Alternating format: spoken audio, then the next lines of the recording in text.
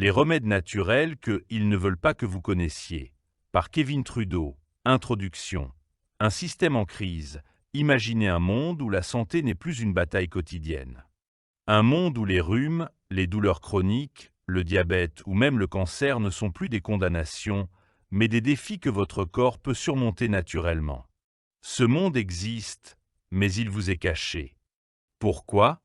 Parce que des forces puissantes, les industries pharmaceutiques, les gouvernements et leurs agences ont tout intérêt à ce que vous restiez malade, dépendant des médicaments et ignorant des solutions simples, accessibles et sans danger.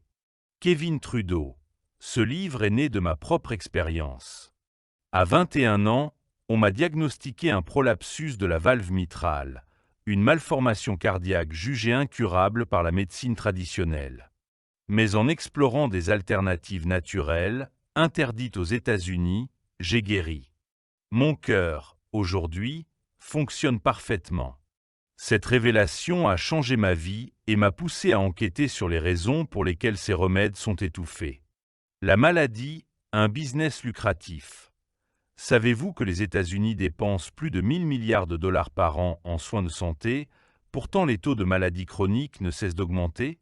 Le cancer, le diabète, l'obésité, les troubles cardiaques. Ces épidémies ne sont pas une fatalité. Elles sont le fruit d'un système conçu pour générer des profits, pas pour guérir. L'industrie pharmaceutique ne gagne de l'argent que si vous êtes malade. Un patient guéri est un client perdu. C'est pourquoi les médicaments ne traitent que les symptômes, jamais les causes. Pire, ils créent de nouveaux problèmes. Prenez les antidépresseurs. Ils masquent la tristesse, mais provoquent insomnie, prise de poids ou dépendance, nécessitant d'autres médicaments. Un cercle vicieux rentable. La FDA, Food and Drug Administration, censée protéger les consommateurs, est en réalité infiltrée par les intérêts pharmaceutiques. Plus de la moitié de son budget provient des entreprises qu'elle est censée réguler. Résultat, des médicaments dangereux sont approuvés, tandis que les remèdes naturels sont criminalisés. Les remèdes naturels, une menace pour le statu quo. En 2011, David, du Québec, souffrait de fatigue chronique, de problèmes digestifs et de brouillard mental. Les médecins lui prescrivaient des pilules, mais son état empirait. En découvrant ce livre, il a appris à désintoxiquer son corps, à ajuster son alimentation et à utiliser des plantes. 9 ans plus tard, il n'a plus pris un seul médicament. Son énergie et sa clarté mentale sont intactes. Pourquoi ces méthodes ne sont-elles pas enseignées?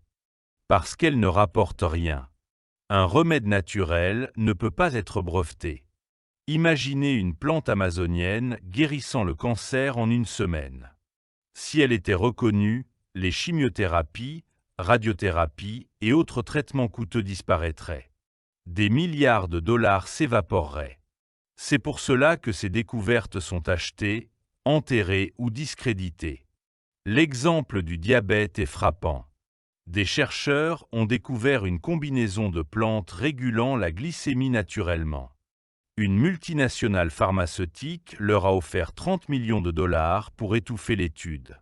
Aujourd'hui, les diabétiques dépendent de l'insuline synthétique, chère, contraignante et aux effets secondaires lourds.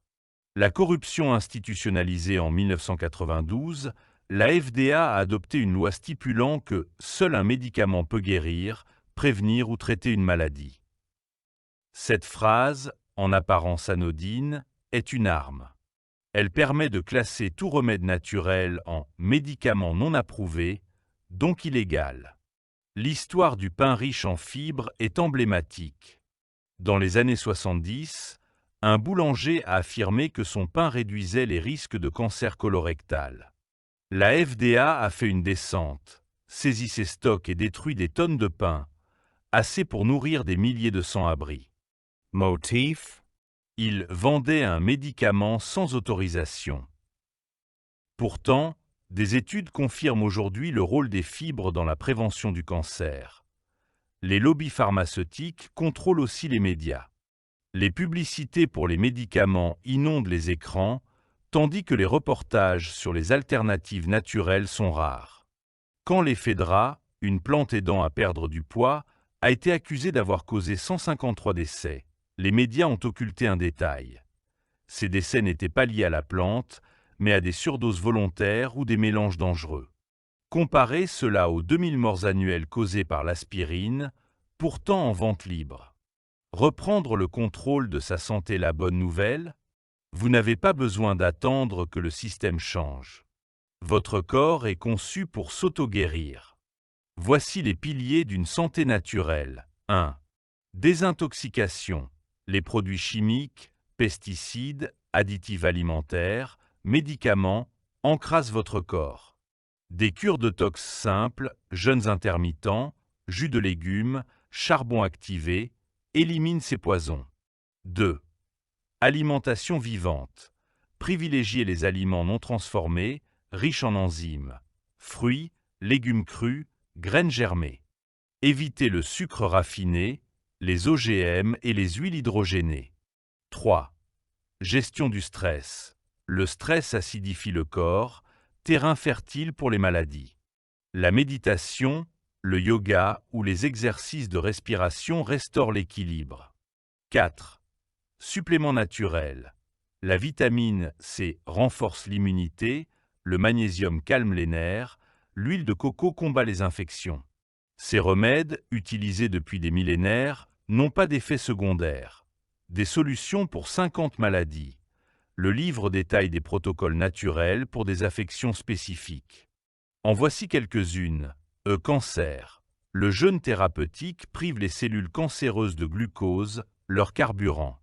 Combiné à des doses élevées de vitamine C en intraveineuse, il stimule l'apoptose, suicide cellulaire. Diabète. La cannelle, le gymnéma sylvestre et un régime pauvre en glucides régulent la glycémie mieux que la metformine, sans risque d'hypoglycémie. Arthrite. Le curcuma et l'huile de poisson oméga 3 réduisent l'inflammation. Des bains de sel d'Epsom soulagent les douleurs articulaires. Conclusion. Votre santé, votre pouvoir. Les témoignages de ce livre, comme celui de Pierre-Henri, ancien asthmatique devenu athlète recordman, prouvent une chose. Votre corps a un potentiel illimité. La maladie n'est pas une fatalité, mais un signal d'alarme. Écoutez le point. Ils ne veulent pas que vous sachiez, car votre autonomie menace leur pouvoir. Mais vous avez désormais les clés. Partagez ces connaissances, refusez les médicaments inutiles et choisissez des praticiens ouverts aux alternatives. Comme le dit Jean-Luc Schiffer dans sa préface, ce livre n'est pas une critique, mais un appel à la responsabilité. La solution, c'est vous. Selon vous, comment considérez-vous les idées présentées par cet auteur ?